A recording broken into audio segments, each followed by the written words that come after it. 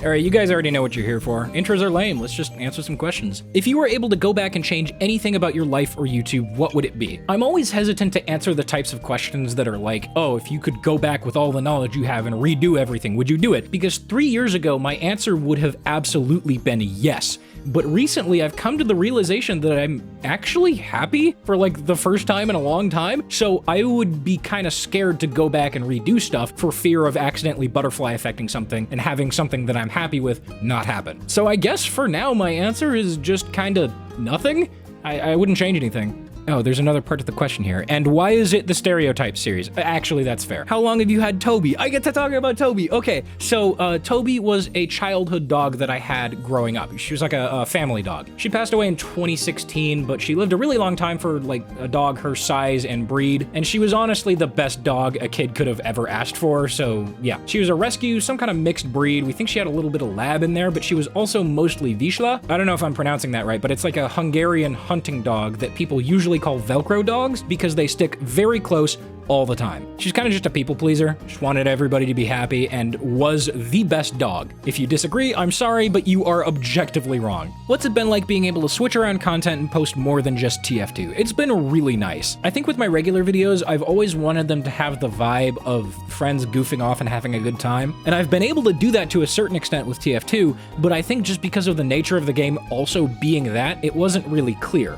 So now that I've been able to branch out and do kind of the same thing with other games, I have that through line now, and it's more clear that that's what I'm trying to do. So over the past year, I've just kind of been able to carve out that niche more, and it's been really nice. Do you plan on making more sound editing tutorials on your channel? Maybe not tutorials, but process videos I've been thinking about. I've had this idea that I want to do with Critical Role. It's the D&D live show with the voice actors, and the DM, Matt Mercer, often gives like really detailed descriptions of actions or monsters or weapons or just things that are happening, and those descriptions include visuals and sounds, and sometimes he'll even like make the sound effects with his voice. I cast Gravity Sinkhole, a Dunamantic spell, above him to pull him up to the roof. There is sound as his metal hits the stone above and cranks up. The actual metal is crushed inward. You watch as blood begins to just kind of flop out of the armor. So I thought it would be fun if I took some of those clips across, you know, the hundreds of hours of content and tried to recreate the sound that he's describing, being faithful to both his description and the mechanics of D&D 5th edition. I've already done this once on my own time with a monster that they use called a Deep Scion. It's like a deep sea monster type thing that has an ability called Psychic Screech. And this is what that sounded like.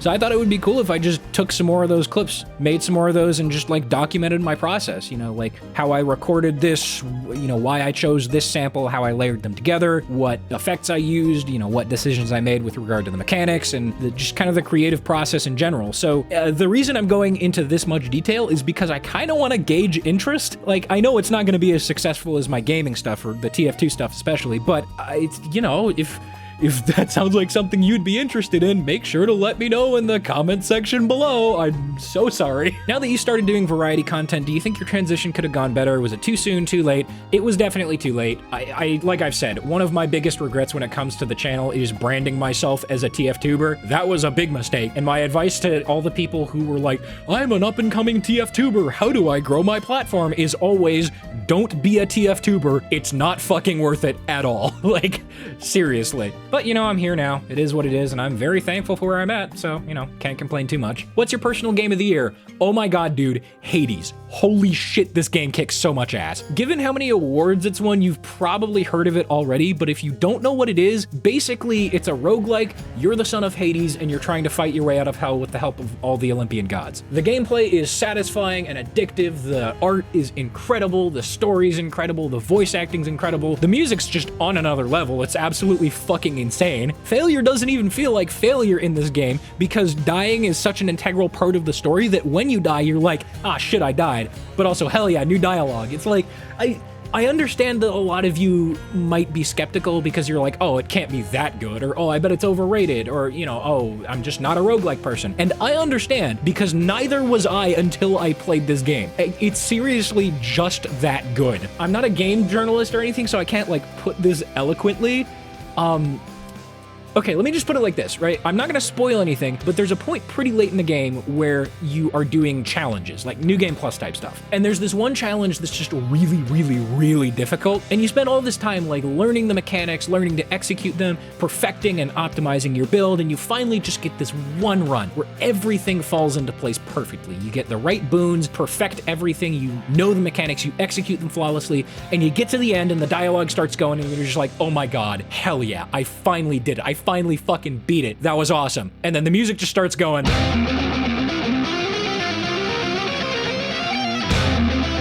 And you're just like, oh shit, we're just getting started.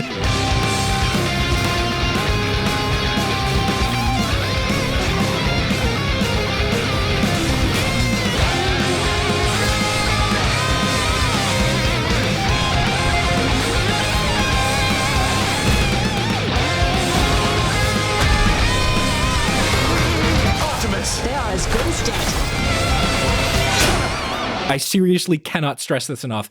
It is just that good. All right, like, play Hades. You will not be disappointed. Do you have any regrets about the Stereotype series? On the one hand, they became extremely popular and entertained countless people, but also it's no secret that you became greatly fatigued with the series by the end of it. I mean, yeah, you kind of just hit the nail on the head. I think the thing I regret most about Stereotypes is what it became, because the goal of Stereotypes was always kind of like, it was never meant to be serious. It was always meant to make fun of stereotypes and like assuming things about people based on their hats. But what 20-year-old SoundSmith did not understand is that satire requires clarity of purpose and a clear target to be effective. And making fun of just like the ambiguous idea of stereotypes is not a clear purpose, nor is it a clear target. So it kind of just became the thing that it was trying to make fun of the whole time. And like you said, the thing that it was trying to make fun of ended up entertaining a bunch of people, and it's a big chunk of my passive income now, so cool. I don't know, I can't complain too much. It'd be stupid of me not to acknowledge that it is the reason I am where I am today, and I'm very thankful for where I'm at, so yeah, it is what it is. Have you thought about doing vlogs? Probably not.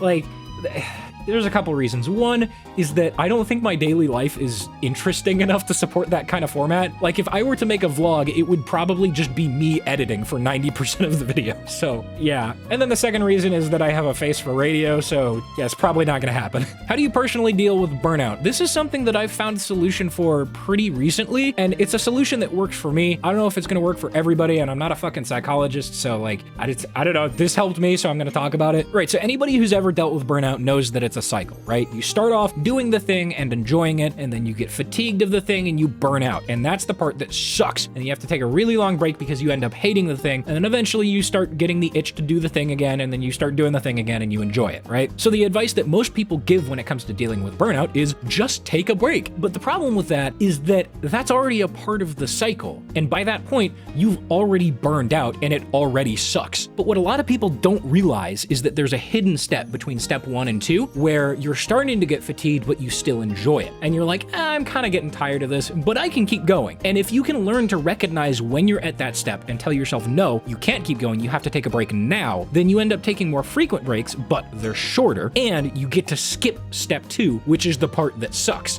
So that's helped me a lot. I can't say if it's gonna work for everybody, but try it out, I think. I don't know. Which of your friends have you known the longest? This is something that I've already answered, but I talked about it a long time ago, so I'll talk about it again. I've known KJ for like 6 or 7 years at this point, and how we met is a tale as old as time. We literally just met in a TF2 pub. I was playing Medic, he was the only competent person on my team. We stuck with each other, I pocketed him for the night, and then we just added each other afterwards, and that's it.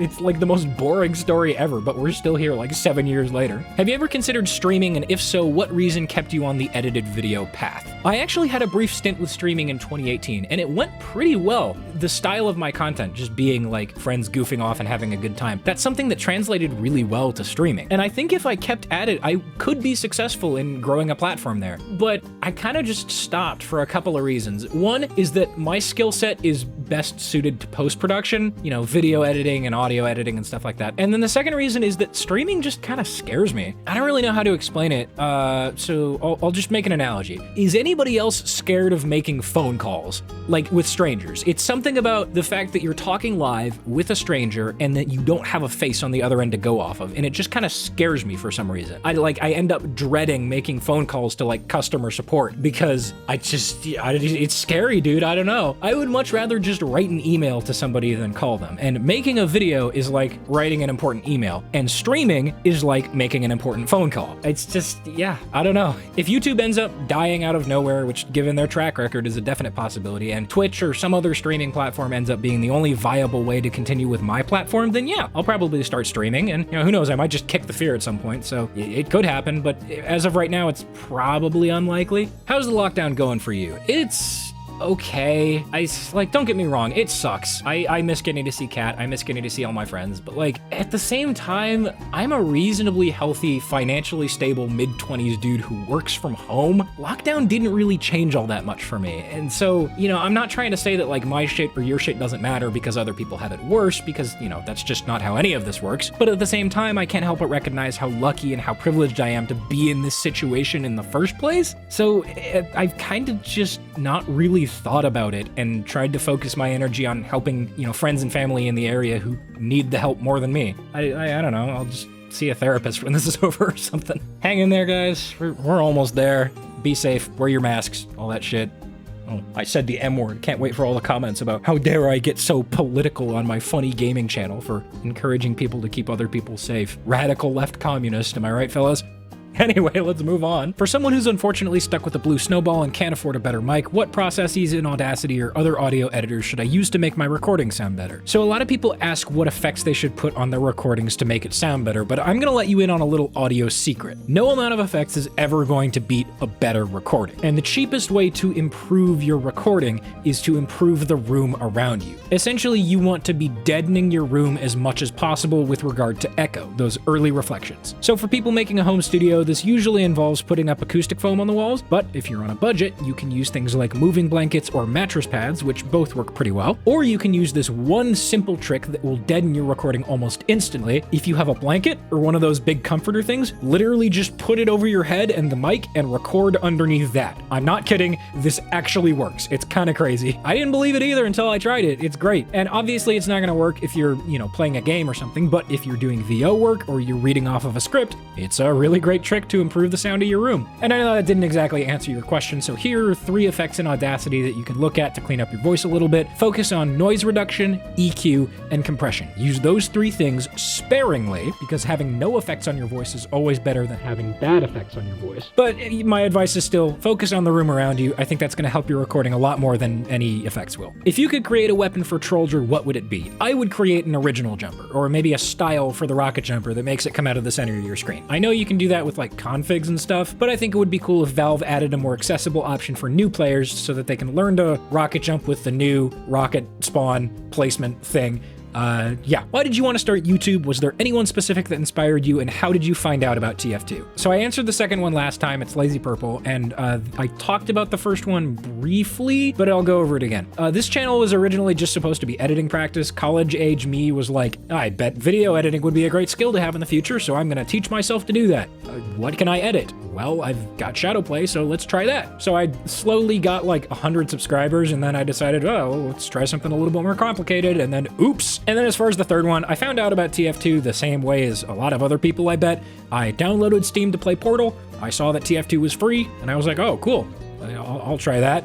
And then, oops, what is the strangest thing you've ever done for Foley? Maybe not the strangest, but the first one that comes to mind is something I did for Ice Cream Man, which is that Dax Flame documentary that iDubbbz uploaded a while ago. So Uncle Dane did all of the editing for that, and he hired me to do pretty much everything with regard to post-production audio. I wasn't there on set, like recording dialogue, and I didn't write all of the music, but I wrote some of it. I did all the dialogue editing, I did all the mixing, I did the Foley for certain scenes, etc., etc., etc. So there was this one scene where Dax is talking about how he hates his job at the ice cream parlor, and he says something like, oh, sorry if you work with me and you're watching this. And Dane thought it would be funny if he dressed up as an ice cream guy, chroma keyed himself into like an ice cream parlor background, and then did like a spit take while watching that scene. And so he was like, hey, can you do Foley for this scene? And I was like, yeah, sure, I can do that. So I did like all the normal stuff. You know, I put in all of the various Foley sounds. I got his vocal reaction to the line. I got the spit take in there. I got the bite sound in there. I put some ambience in there. I placed it all in the scene with reverb, etc., like all the normal stuff. But it didn't quite sound right, and I realized that it was the bite sound that was off. Dane in this scene is eating a chocolate-covered ice cream cone, and that has a very distinct single crunch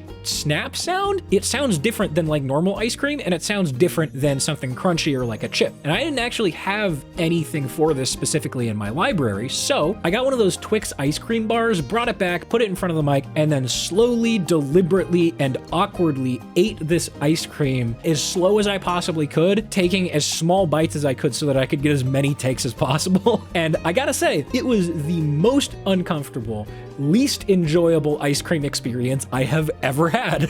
But on the bright side, I now have a file somewhere in my Foley library called hyperdetailed-icecreambite.wav. So if you're going through my hard drive for whatever reason and you find that, that's what that's about. What got you into video games as a whole when you were a kid? This is gonna sound unrelated at first, but just bear with me for a second. So my sister took ballet lessons when she was a kid, and my mom was the type to always show up like an hour early to pick her up. And since my dad was at work and I couldn't be left home alone as a kid, I would get dragged along with her most of the time. So I'd just be sitting in this ballet studio lobby, just bored out of my skull. But there was another kid who was always there, and I guess his parents also showed up early, and he always brought his Game Boy Color with him. So I essentially just did the late 90s, early 2000s equivalent of, hey, you got games on your phone? And this kid was a couple of years older than me and was nice enough to let me watch him play his, I think it was some kind of skateboarding game. And of course, me being an impressionable kid, I wanted one for myself, and so I asked my mom, hey, can I have a Game Boy? And she said, yeah, sure, if you save up your money and buy it yourself. So I did all my chores, I saved up my quarters, and eventually got enough money to buy a purple Game Boy Advance, Monsters Inc., and Mario Kart Super Circuit. So thank you, random child from the ballet studio 20 years ago. You are the reason I am into video games today. What are you mainly playing in TF2 right now, and what are you playing outside of TF2? I'm not actually playing TF2 right now, I'm taking a break. I'm still uploading TF2 videos, but don't tell anyone, it's old footage. Outside of TF2, I've really been enjoying a game called Valheim recently. It's the funny Viking game that everybody's going nuts over. It's like some combination of Rust, RuneScape, and Terraria with like Fallout base building. I can't really compare it to other games because it's just a mix of so much stuff, and somehow it all works together perfectly. So I'm having a lot of fun with it. I'll probably make a video on it if I can get enough footage. So yeah, be on the lookout for that. What were the jobs you had growing up? So I talked about this a long time ago, but it's been a while, so I'll talk about it again. I used to work at this science museum for families and children. It was like, I did birthday parties and shows and experiments for the kids and stuff. And it's funny because I always told people growing up that I wanted to be a Mythbuster when I grew up, because I just thought it was cool as hell that they got to blow shit up for their job. And that job was probably the closest I'll ever get, because I got to do stuff like Diet Coke and Mentos. I got to set shit on fire. It was a lot of fun. Interestingly enough, I also attribute a lot of my success on YouTube to that job at the Science Museum, because it taught me a hell of a lot about how to entertain children. So yeah. What games are you really excited for? Well, the obvious answer is Hollow Knight Silksong, but another one I'm really excited for is Everwild. It's a game made by Rare that looks like some kind of like co-op exploration open world thing with like a nature theme. It doesn't even look combat focused, which really interests me. Like, don't get me wrong, combat and fast-paced gameplay is cool, but so many games these days are just like, go here, do this, shoot this, fight this, go, kill this now, go, Ramirez, take down that AC-130 right now, and it's like, oh, it's too much. Yeah, that's something I enjoyed about Life is Strange, which was a very flawed game, but it did this thing where it would just encourage you to go sit down under a tree, listen to the soundtrack, and enjoy life. And I thought that was cool as hell. So you tell me that Rare, the company that made Sea of Thieves, is making a co-op open world exploration game with a druidic flair, and I'm just like, fuck yeah, dude, sign me up. That sounds awesome. Okay, let's go ahead and do the lightning round now. It's less of a lightning round and more just like the quicker questions and the joke questions, so yeah. Favorite racing game, Mario Kart 64. Rock and Stone by the Beard. How high can you count in your fingers? What kind of question is that? 11. What? What's your favorite game that you haven't made any sort of content on? I hate Hades. Play Hades. Do you think TF2 is currently going in the right direction in terms of updates? You're gonna have to be a little bit more specific. Face reveal when. I've actually done this a couple of times already, and it's been a horrible disappointment every single time. So in keeping with tradition, here's where I'm at right now. I know, it's a rough 25, but it is what it is. What the fuck are your sound? I feel like I'm going crazy. My kill sound in TF2 is from JoJo's All-Star Battle, and it says... No, it doesn't say the other thing that some people think it says, apparently. It says retired. Eggs scrambled, please, thank you. What is your address? I can't just tell you that, man, come on. Oh, he said please? Okay, my address is 4. What does the video creation process look like? All right, I'll draw out a timeline for you. So it starts here when I open up Premiere, and then I just kind of...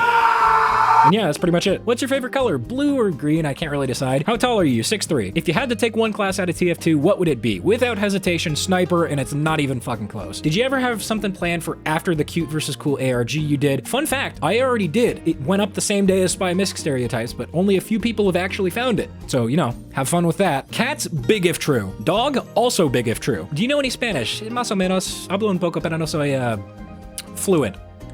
I took it in high school, but it's been a while. Would you rather have lobster claws for hands or feet for hands? It depends on whether or not it's permanent. If it's not permanent, lobster claws sound pretty cool to have for a while, but if it is permanent, I'd rather have feet so that I can just kind of have thumbs. Favorite music instrument? Hurdy-gurdies are cool as fuck and are a close second, but I gotta give it to the double bass. Yeah, I'm biased. Shut up. Who is your least favorite YouTube subscriber? Probably that guy who asked what my address was. He seems like an asshole. Will there ever be an MVM stereotype? Trust me, not doing one would be leaving money on the table, bro. No, and you could replace MVM with anything, and the answer would still be no. And if it really is leaving money on the table, then I think you should just do it yourself. You seem to be implying that it'd be really easy, so I'm sure you won't have any trouble with it. SoundSmith, have you ever? Shutterstock.com 11381548843. Yeah, dude, big mood. Why are you buying clothes at the soup store? Fuck you. Are you sniffing glue? Get off my back, Mom. I can quit whenever I want. Look out? What kind of questions? Oh!